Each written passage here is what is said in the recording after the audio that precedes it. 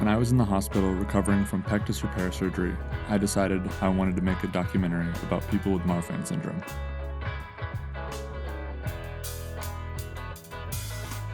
Over the course of a year, I went on a journey meeting people who changed my life forever. A comedian who overcame public insecurity. We're so excited that there's a girl on Last Comic Standing and she's following her dreams in a way that a lot of the kids maybe didn't really think was an option. A singer who overcame a collapsed lung. I wear my shirt open all the time on stage. I used to be so nervous about that stupid chest cavity. Once you embrace it and you use it as your weapon, the battle's yours. A man who's lived almost double the lifespan he was given as a child. There's a whole constellation of things about dealing with these really hard life circumstances and getting through it that's beyond what most people have any ability to even comprehend. Follow me on a journey as I find my reasons to believe. As to what the future will hold, I've got my reasons for believing. Don't use the seasons to measure what you're achieving.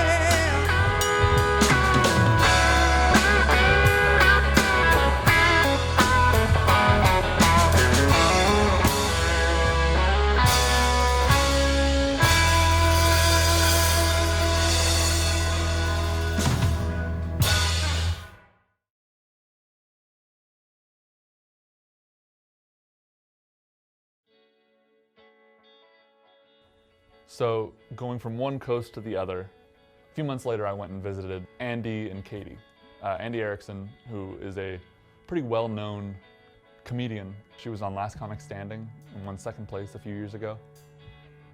She has Marfan syndrome.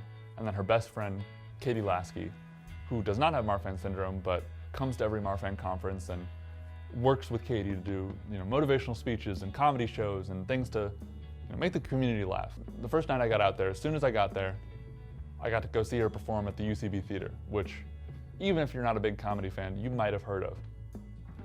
Before the show, Andy and I got to hang out and kind of walk around the theater, and I got to get to know her because, when Andy's at conference, she's kind of a hot commodity. She's the comedian who was on Last Comic Standing. I had gotten to speak with her, but this is the first time I got to sit down and know her as a person. And I can tell you that that was an experience that I would not trade for the world.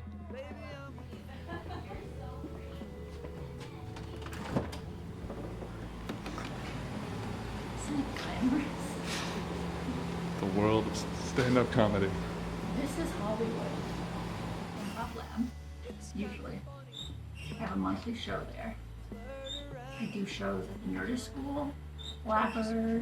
I was just in Kansas, South Carolina, Champaign, Illinois. You're gonna win this whole show.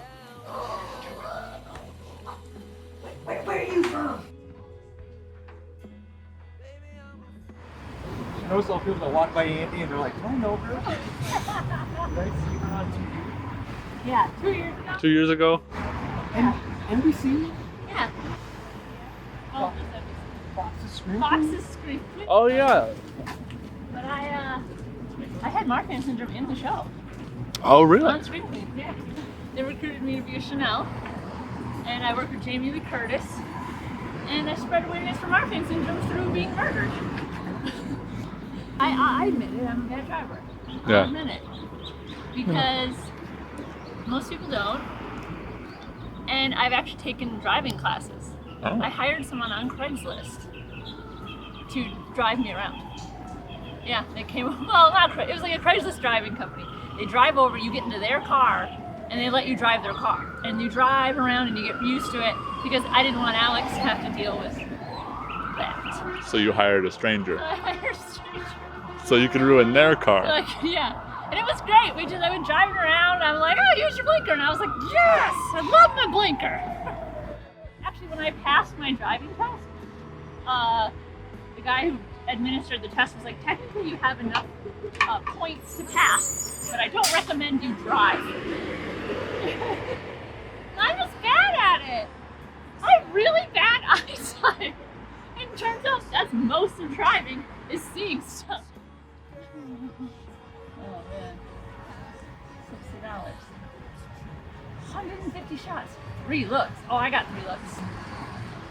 I made Marfan syndrome a part of my life in a way that is like positive and life affirming, and it brings so much joy. Like I didn't really even know about the Marfan Facebook group, and I'm in there now, and I just love seeing all the people who have Marfan syndrome, and I love talking with them and sharing jokes with them, and I love incorporating it into my act. Like I have jokes now where I talk about my big hands, and people love it. It's just these are just my hands, and it's things like growing up. You just spend so much of your life like people always wanted to see my hands, but now it's like I'm getting paid to show people my hands. The first comic we have on the show is awesome.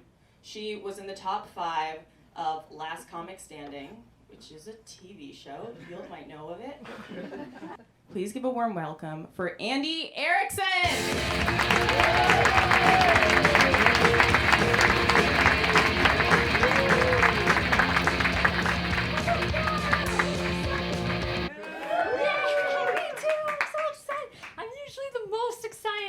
For my shows. Yeah! And I'm just like, we're ready. And it's like these silly things that like, having back surgery was not pleasant. It was very difficult. Like I missed out on college.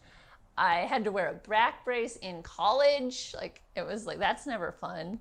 Even middle school stunk too, wearing a back brace in middle school as well. But it was like this pain, and now I'm turning it into just happiness and silliness, and showing people that it's you get through it. I guess before I get out of here, I like to spread awareness. I have a heart condition called Marfan syndrome. I just like to share some of the signs, because knowing the signs can save lives. Yeah, maybe you have a heart condition. Yeah! So some of the signs are having big hands. Like, look at that. Holy buckets. Someone just took a picture. It's great. Big hands. You think that's crazy? Look how big my peace sign is.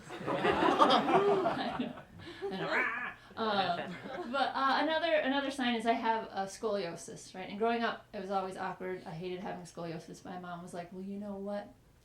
Guys like curvy girls. I'm like, oh, thanks, Mom. Ooh, yeah, I'm so curvy. I'm so curvy. My lungs are collapsing. All right, that's going to do it for me, guys. Have a great night. Thanks so much.